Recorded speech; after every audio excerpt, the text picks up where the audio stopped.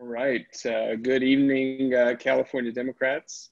It is great to be here with you today, and I want to thank each and every one of you for joining us. We come together for our weekly prop talks. In fact, our last prop talks of this prop talk of this election.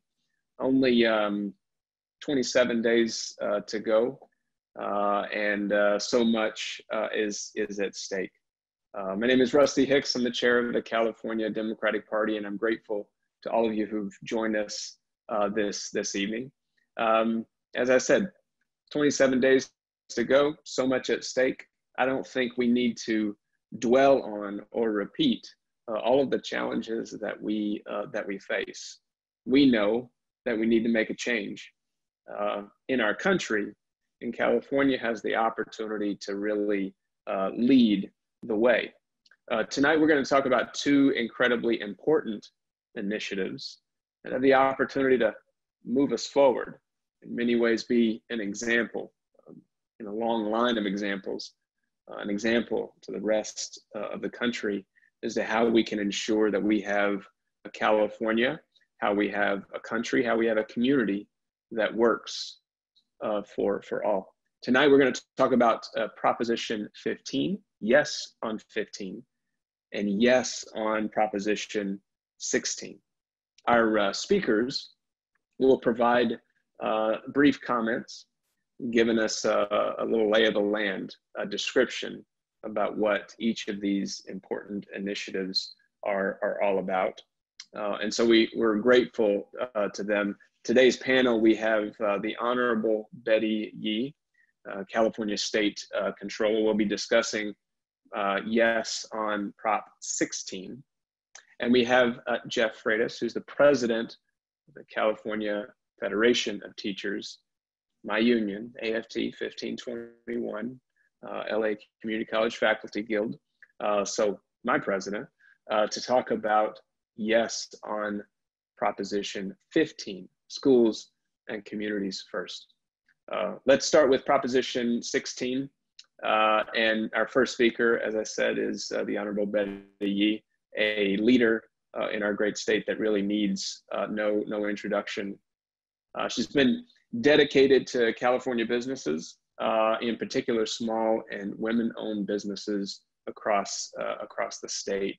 But she's been doing this work for a long time. In fact, before she was controller on the Board of Equalization, she actually helped to enact state equity for same-sex couples, even before same-sex marriage was legal in California. People have heard about Amazon. Well, she's been going at Amazon for quite some time, and in fact, forcing them to give up a tax loophole that would give them a competitive advantage over brick and mortar stores here in California. She's been working on climate change in her role with CalSTRS and CalPERS, and then as state controller, been ensuring that tens of millions of Californians have full access to every opportunity, especially in impoverished and rural parts of California. So I'm incredibly proud to introduce a leader and my friend Betty Yee, Controller. Thank you, Rusty. Thank you very much for the kind introduction.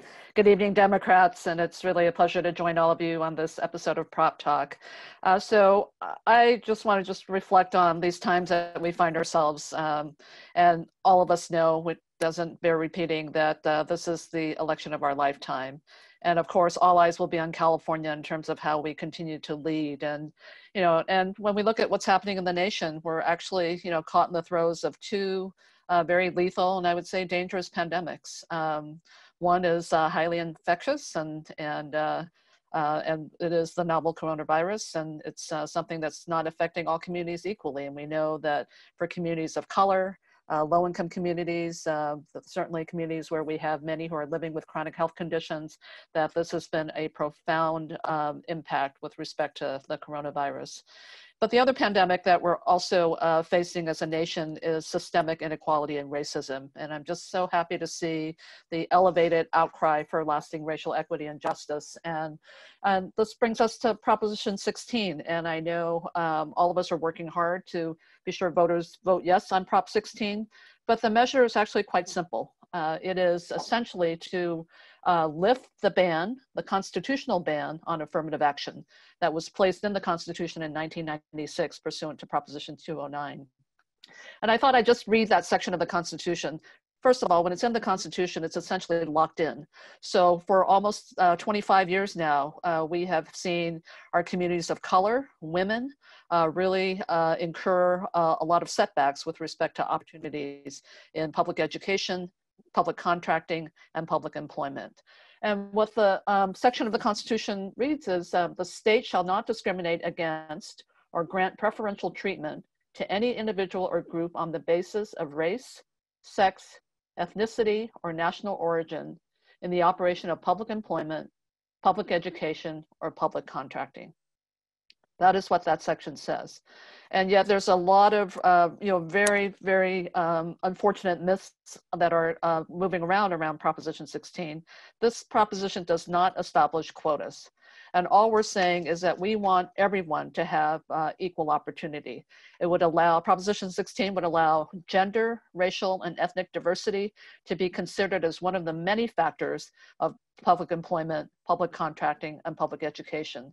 And I will just say, as someone who does a lot of hiring in the public sector, that we have been hemorrhaging talent when we can't consider fully the broad array of talent from particularly our communities of color and among women. And we know that just by being able to have this as one of the factors that we can consider when the voters approve Proposition 16, our talent pool will increase and opportunities will increase. But as Rusty said, I've had just a very, very strong commitment to our small business community here in California. I grew up in a family small business. And what we have seen since 1996 with the ban on affirmative action is essentially billions of dollars in contracting opportunities escape our communities of color and women. And we've also seen students of color hurt in terms of their applications to our public university systems, University of California, California State University system, and again, choosing to go to schools that are either private or out of the state. So losing, again, a lot of really great talent. But also importantly, for those who are in our public university systems, to be able to see, and in our public schools, to be able to see teachers who look like them. We know that that is a huge factor in terms of academic achievement when we can have diverse teachers as well as diverse student bodies. And when it comes to things like public contracting, we know that when we see the other side of this pandemic and how we're going to rebuild this economy, we want to be sure that for women-owned businesses, for minority-owned businesses, that these business owners are not going to be left behind in terms of opportunities for public contracting with government entities at the state and local level. So just a couple things I want to just conclude with in terms of the factual information. This Proposition 16 will not have a direct fiscal impact on state or local governments because it is not a mandate. Governments will be able to essentially decide whether they want to look at affirmative action policies, and so it does not require public institutions to implement affirmative action programs. California is only one of 9 states to have an anti-equal opportunity ban. And when you think about how diverse our state is, the fact that we have a ban on affirmative action, that's just such a huge disconnect and is something that, frankly, I think is shameful. And then lastly, I know there have been a lot of arguments made by people who like to say that race and gender don't have any impact on a person's opportunity and that affirmative action amounts to essentially reverse racism and reverse discrimination. And I know that we've heard one opponent even went so far as to say, women are doing great. And I dare say that when we look at gender pay equity, we are so far from attaining that yet. And I just would say, do not buy into these false narratives. This does not establish quotas. This essentially just says Everybody has opportunity to be in the room, to be considered. And I know for California to continue to be a strong economy and a strong society going forward, yes on Proposition 16 is what's going to really create true opportunity for all. So let's lift that ban out of our California Constitution and vote yes on Proposition 16. Thank you. All right, thank you, Controller Yee, for that, that description of such an important initiative. I was struck by the comment that one of the opponents have said that women are doing okay. I'm going to assume that that was a man that said that, which is, yeah. We have some enlightenment to do, shall we say, and we've got the opportunity to do that on November 3rd over the next 28 days. Part of ensuring that we have full equity in our state, ensuring that all 40 million Californians can access the benefits, the bounty of California, is to ensure that everybody pays their fair share. And I think our CFT President, Jeff Freitas, will tell us about schools and communities first.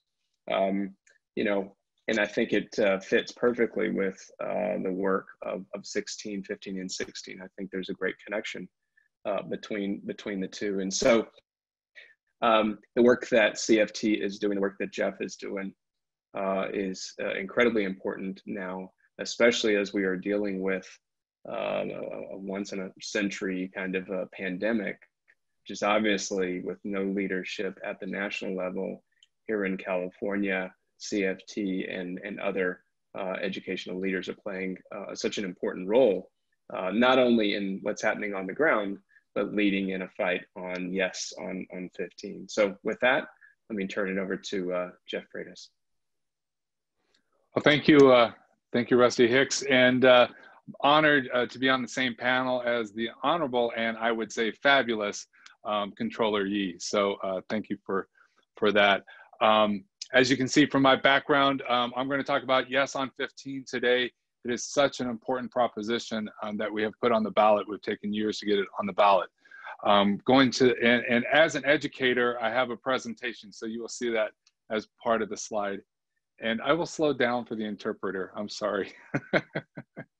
The next slide demonstrate what Proposition 15 will do. It actually closes a commercial and industrial property tax loophole.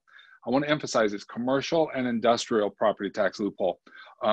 They have not been paying their fair share of property taxes that go to our schools, to our community colleges, to our local governments, and we have been suffering many years under that restriction.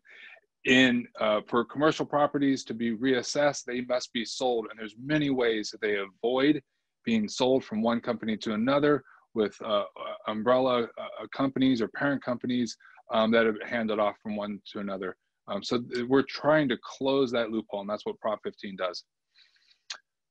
Going to the next slide, what it demonstrates is that 92% of the $12 billion that's going to be raised by Prop 15 is paid by just 10% of the biggest and wealthiest corporations in the state of California.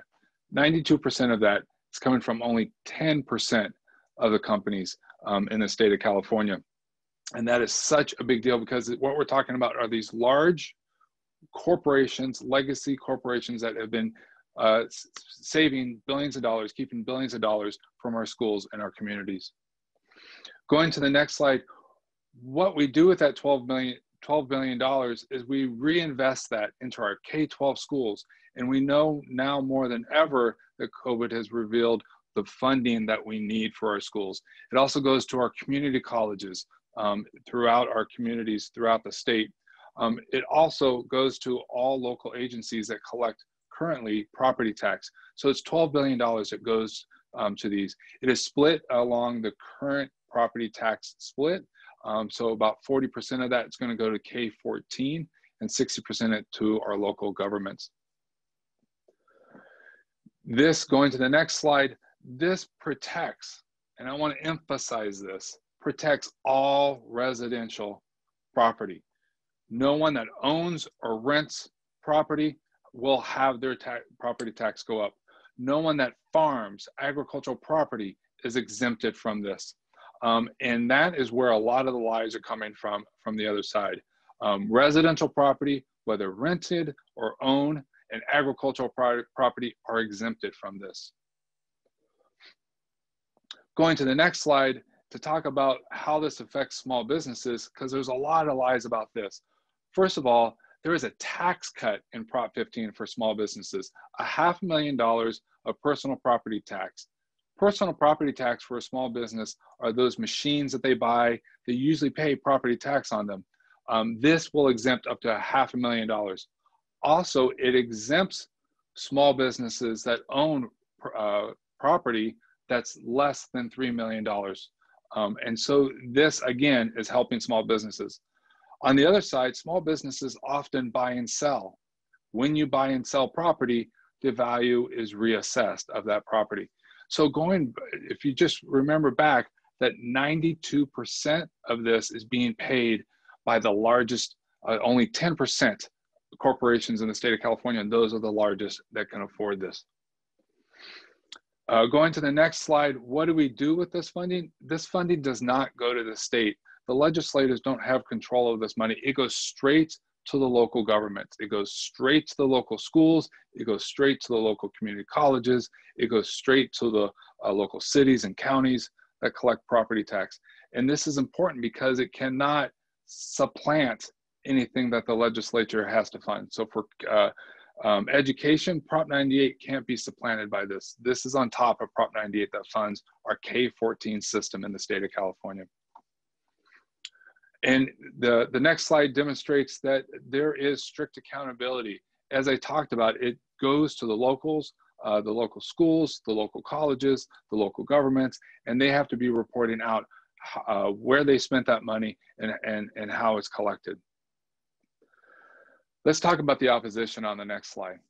You'll see the usual suspects. It's very small on your screen, but it is the usual suspects. It's the Howard Jarvises. It's the large corporations that don't want to change. It's Blackstone is the largest corporation that's contributed so far at about $17 million. These are people that are trying, these are the 10% that are trying to protect their revenues as opposed to investing in our communities, investing in our schools. They have gotten off for not having to pay their fair share for decades. And this would correct that and get the corporations to pay their fair share. Going to the next slide, you see the coalition of people. It is not just CFT, CTA, SEIU. We have community partners on here. You can see that you have Californians for Justice, Faith-Based, Faith in Action, Bend the Arc. Many community partners we joined actually with community partners to get this on the ballot. We have been working for many years with community partners. CFT was one of the first unions to be involved, and more unions joined as we got closer to this election. And some of the ways that you can get involved on the next slide, you can go to Schools and Communities First.org.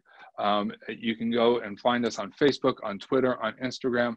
A lot of answers that you for questions that you might have, and we'll get to questions a little later. But it's so important that we start to reinvest in our schools and our communities.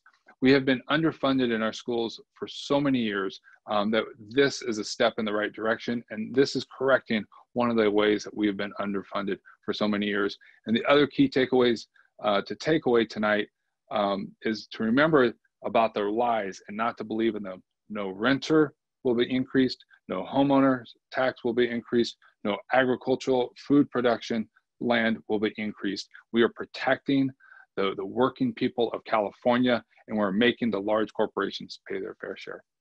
So thank you for joining us tonight, and I'll be excited to answer any questions.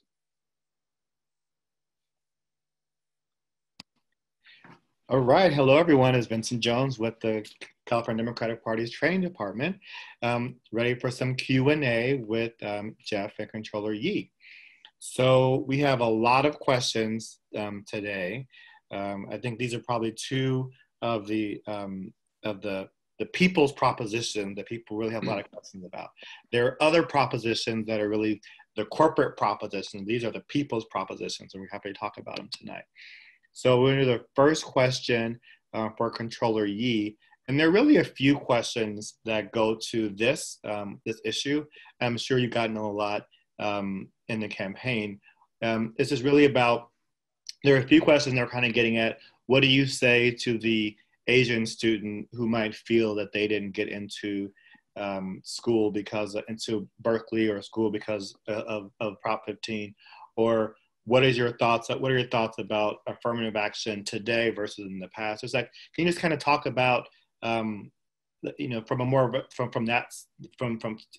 would you respond to those kind of concerns and questions? Sure, thank you. So, you know, what I would say particularly, and this has been very prevalent in my own community with the API community, about obviously every parent wanting their child to get into our top rated public universities. And frankly, I've pushed back because if that is the ceiling of what we're fighting for our kids, then we haven't thought beyond just their time in a public university.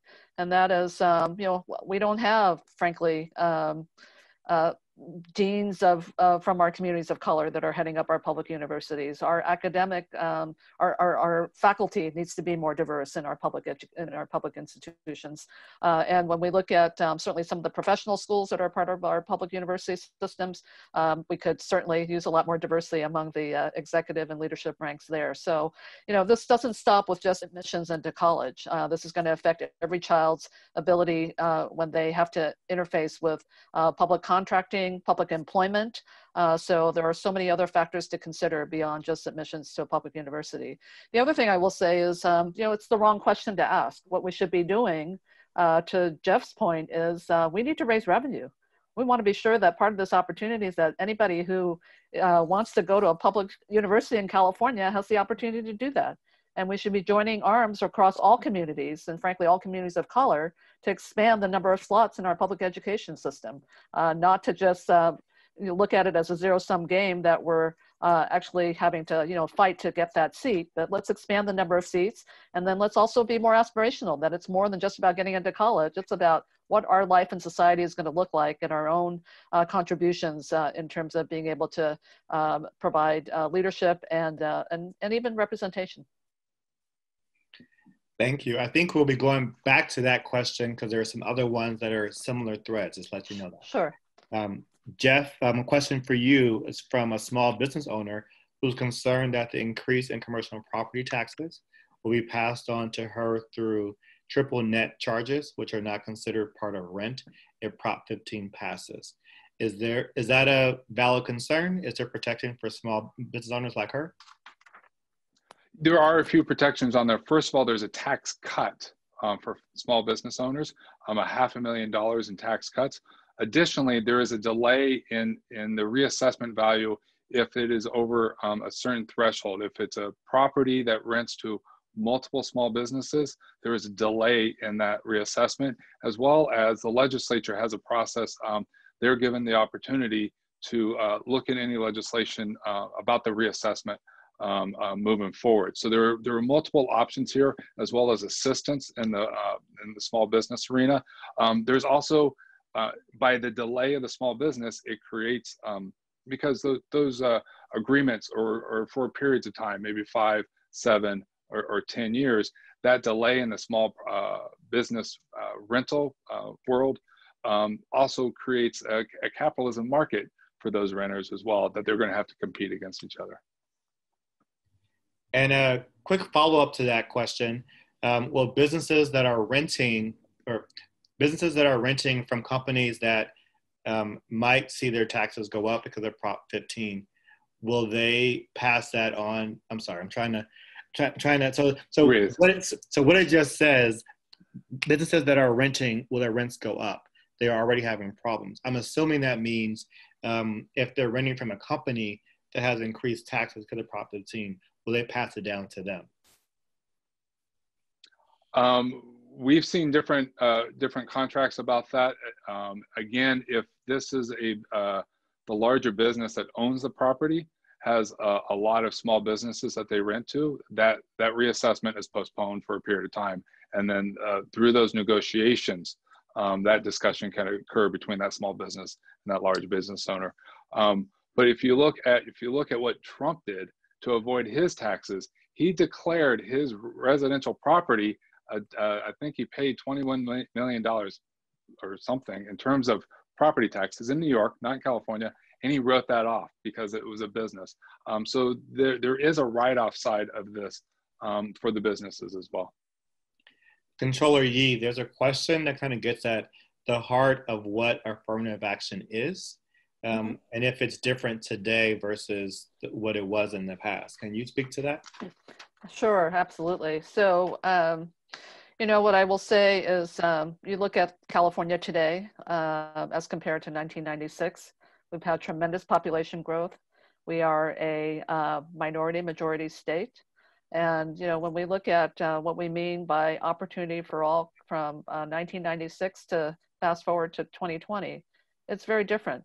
It's essentially another generation now that's going to be looking at, you know, what this means for them. And so I think when we are talking about affirmative action today, just look at our neighbors, look at our communities throughout California. This is what we're talking about. And frankly, these are going to be the decision makers, the leaders, and for so many of the communities of color, I would also add, you know, and I think this is just part of history. You know, one of the things I've been doing a lot is just reading about the history of the Black American experience, and for all the rights and protections that were so hard fought and won, the economic benefits never followed. And this is what we're trying to make up lost ground for. And so to be able to say, look, we understand that communities of color, particularly Black and Latino communities have been, and API communities have been severely hit by the pandemic. Small businesses have taken a hit, minority-owned small businesses. For governments even to be able to target relief dollars specifically to those businesses would require a yes on Proposition 16. So this is what we're talking about. It's about what we are enjoying now as the strength of our state, our diversity, but it is also about the fact that the economic benefits have essentially halted since 1996 because we've not been on equal footing in competing for public contracts, and competing for admission into our public institutions, and certainly in competing for public employment and being able to build livelihoods. And a follow-up question is, what's your perspective on affirmative action based on socioeconomic status instead of race? You know, I don't think that tells the whole story, because what Prop 16 is actually trying to do is just address the systemic racism and a history of racism, frankly, based on gender and race and ethnicity. And when we talk about socioeconomic, that doesn't tell the full story, because, you know, when, I mean, we know very clearly what's happened to our communities of color in terms of the disinvestment that has happened, you know, in those communities. So, and part of what we're trying to do here is not to keep perpetuating, you know, these cycles of disinvestment, and certainly the fact that our communities are lagging behind, you know, so many of the rest of California. So I would say that, you know, socioeconomic status certainly does not tell the full story. And frankly, we're going to end up probably in court trying to fight over those. You know, if we don't just deal with this straight out in terms of who we're talking about and try to set up proxies for what we're trying to do as far as dealing with this this historic racism and being left out and not creating opportunity for all, this will probably get litigated. And I think that's probably the worst outcome we can have, because then all of our communities suffer as a result of that, not to mention the increased division that will ensue because of who's involved in those lawsuits.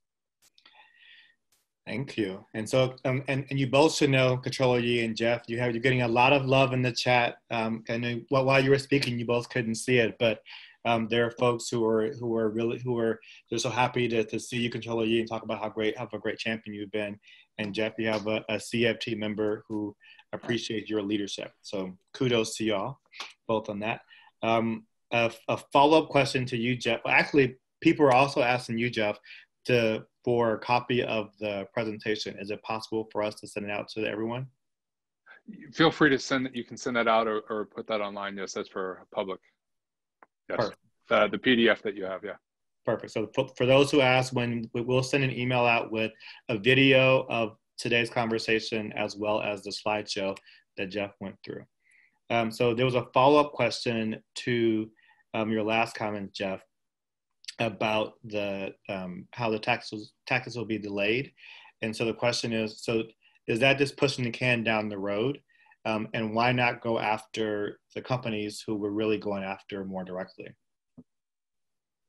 Well, just to remind people, 92% of this is going to be paid by 10% of the corporations out there. We're talking about the Disneylands, the Chevrons, the legacy owners of these properties.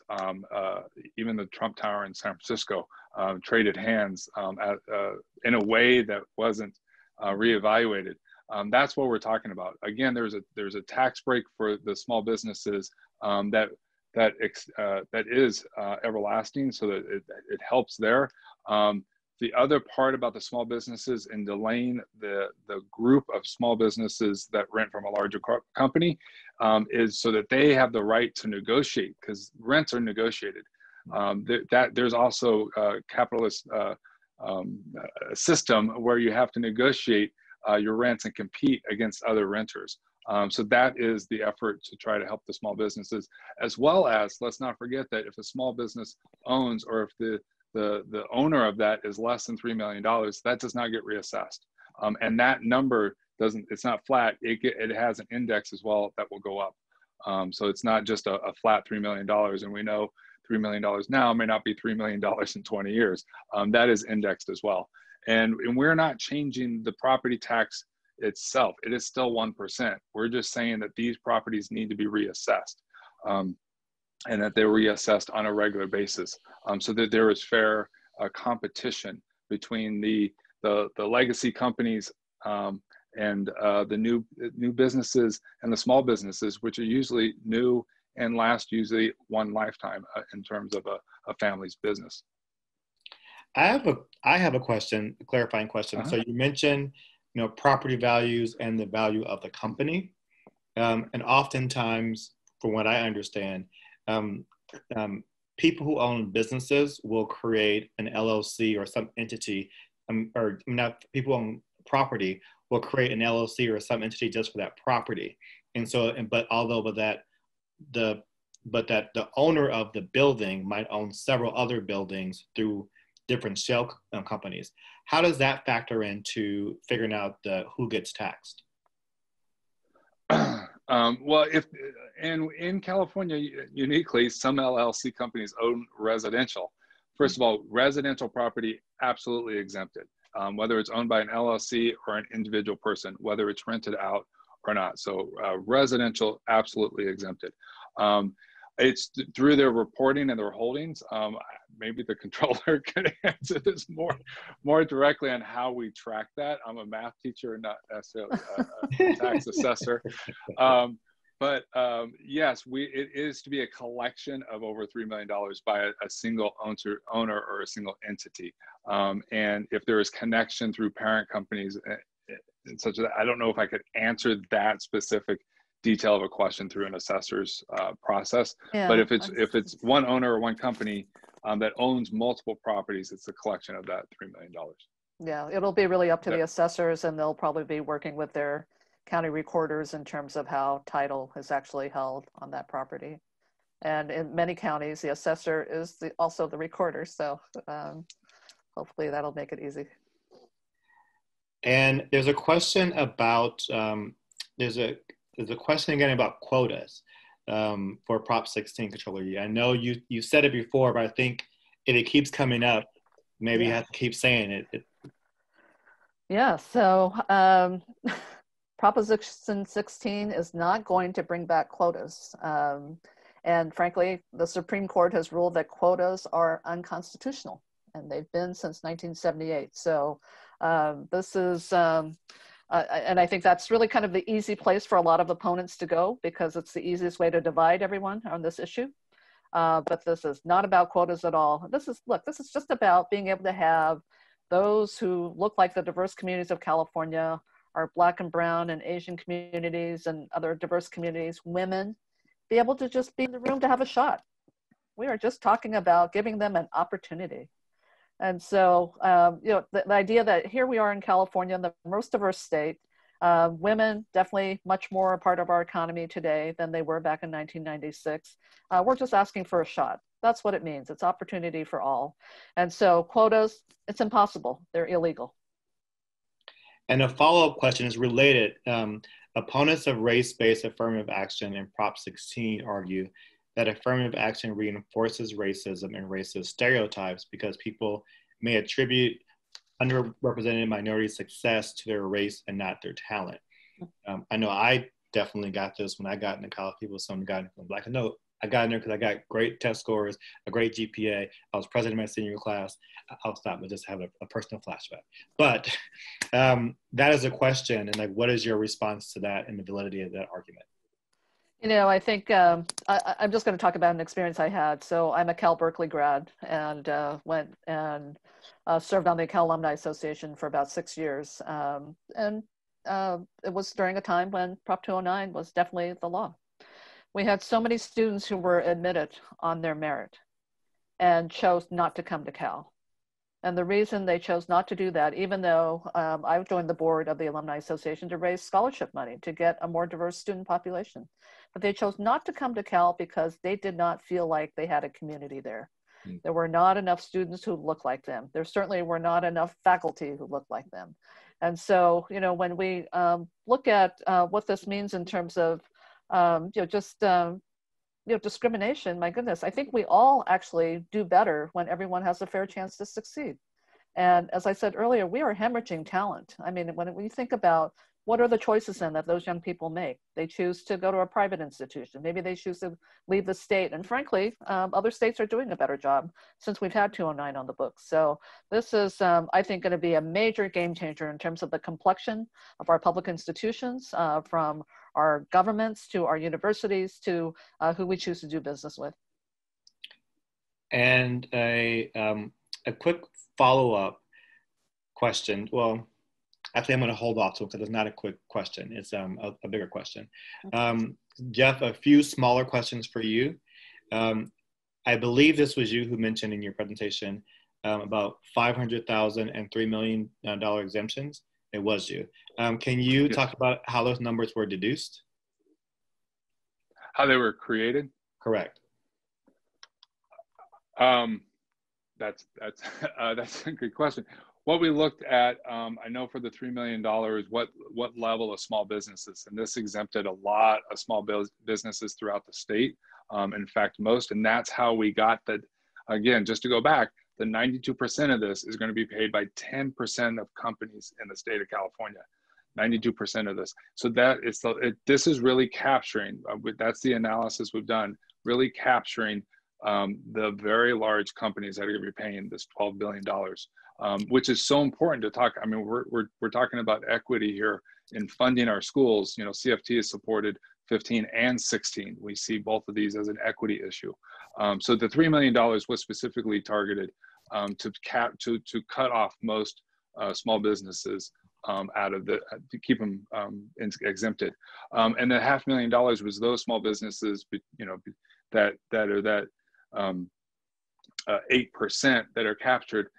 There's a tax break, and that is to help for them to break even. So there was an attempt for those small businesses that were captured, that 8% of the group that's going to be paying this increased tax, that they would be given that tax break, so it would be equaled out. So that, the actual formula, I couldn't tell you, but that's how it was calculated. Another question for you, Jeff, is the Farm Bureau, as well as many farmers up here in Colusa County, are opposing Prop 15, saying it redefines farmland in a way that excludes ag buildings and equipment, example, hullers and dryers, on which they claim taxes will increase. Farms are our bread and butter, so we need a good rebuttal. What do you recommend, and why they're so opposed to it, if they are in fact exempted? Well, I come from a family of farmers, and first of all, they usually don't like any new tax. But what I can say is the equipment you just talked about, there's a $500,000 exemption. So if there is some part of that farm or that property that is going to be taxed, there's some exemption, a tax break to help with that. But if it is true agricultural land, it is exempt. The other part of it is that the legislature also has ability to amend parts of this to correct anything that they've done. For example, we just corrected the solar panels. The legislature passed a correction on the solar panels, so that equipment itself, these energy farms, and corrected it so that they would not be taxed. Betty, so 2 questions for you. One, is it legal to have affirmative action for the sake of compensation for the past? And a related question, is it the government's responsibility to guarantee and enforce an even playing field? Yeah, and great questions, because we're hearing these from some of our opponents.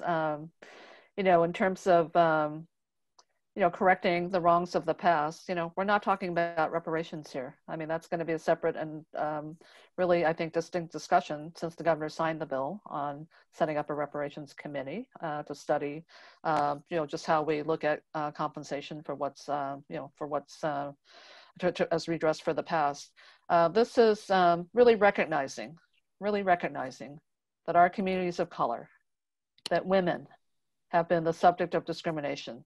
And that just bears out in so many different factors. I mean, for women, so obvious in terms of how women are being paid today.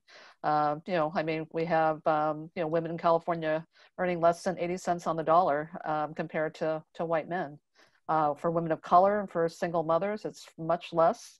And we know that businesses owned by people of color get only 57% of the contract dollars that they would if everyone had an equal shot. So, and then for women, only 29% of public contracts. So these are disparities that really are hinged upon just systemic, historic discrimination.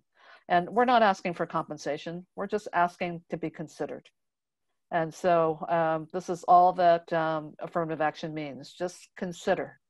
Consider the factor of race, consider the factor of ethnicity, consider the factor of gender.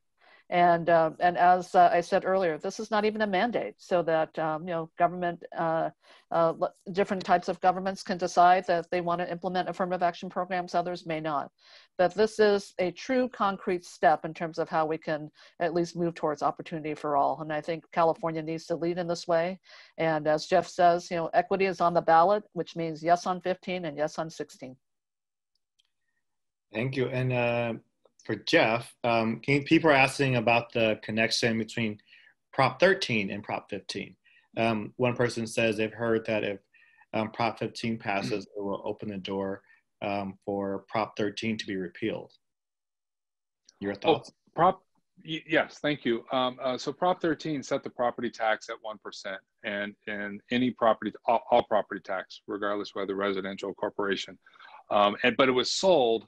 Just remember, it was sold that no residential property, your grandmother wasn't going to be evicted. Some of us were old enough to remember that back then. And that's how it got passed. It got passed because the corporations knew that they had to tell people it was about their residential property. It wasn't about corporate property. But the corporations are actually the ones that won out on this. So that's the relationship. We're not changing that 1%. We're just asking for the reassessment. Prop 15 is just talking about reassessing corporate property tax, large corporations, and we're asking to reassess that. This does not open any door. If people in years to come wanted to change that, they would still have to go to the ballot. This doesn't allow the legislators, just like anything, to change anything. 209, like Prop 16, 209 went to the ballot. Voters banned affirmative action. Now we're asking to remove it. So anything can be changed by the ballot, either constitutional amendment or whatever. But this does not change anything to unroll or unravel 13 for residential property. And a follow-up question for you. When we say schools and communities first, or schools and communities, is that only K through 12, or does it include colleges? Does it include community colleges and universities? It includes community colleges. Community colleges do currently get property tax. And the state, CSU and the UC do not get property tax. So the funding that is collected from this, the property tax that is collected from this, goes to those agencies that currently get property tax. So K-12 and community college are included. Controller Yee, there is a question, and I know a question I've heard from people is about do you still need to have good grades to get into college and universities? But I think embedded in that question is a lack of understanding about the full picture of what admissions counselors look at in California when assessing a student admission. Can you speak to that? Sure. So, you know, when we talk about admissions, and actually some of this has been upended with the COVID crisis in terms of test scores and other factors for eligibility for admissions. But, you know, I think part of what public higher education institutions can consider is this. I mean, if I think in California, given our great diversity, we're going to be looking still at trying to get a diverse student population on all of our public university campuses. And really since Prop 209 in 1996, that has not been the case. In fact, I think the situation has actually gotten worse. And I know that just from my experience at Cal and who has decided not to come onto campus. But this is a way to actually try to, well, I'm going to back up a little bit because I actually feel very passionate about this. I think there actually is a relationship between how we don't have the opportunity to deepen our understanding of other communities when we can't be in an environment where we can learn together, when we can't be in an environment to understand each other's histories, when we can't be in an environment where we are looking at you know, how we can come together and fight the injustices that have frankly affected all communities of color. And I think this is really one of the great things of what's happening today in terms of the elevated voices around trying to fight for racial equity and justice. And so, no, of course, for admissions offices, this is just one factor. It is not to be the sole factor.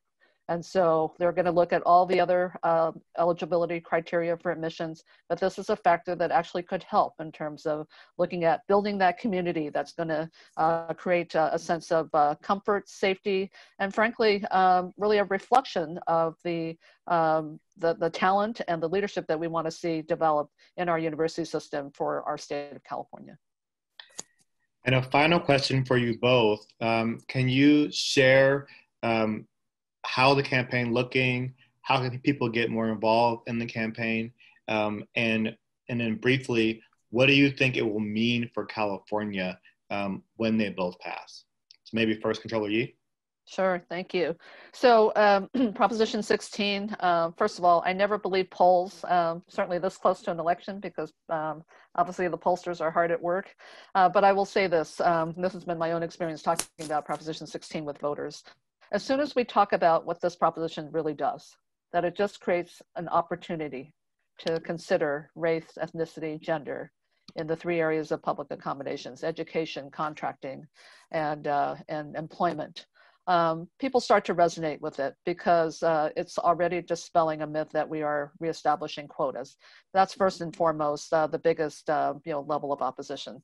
So once we start talking to voters about what this proposition does, there is a lot of support for it. And I will say there was even skepticism within communities of color around this issue because I think when resources are tight, there tends to be a lot more competition about who's going to get the opportunity, when in fact all we're saying is everybody should get the opportunity. So it is, I think, going to be one where as soon as voters understand what this means, they will support it.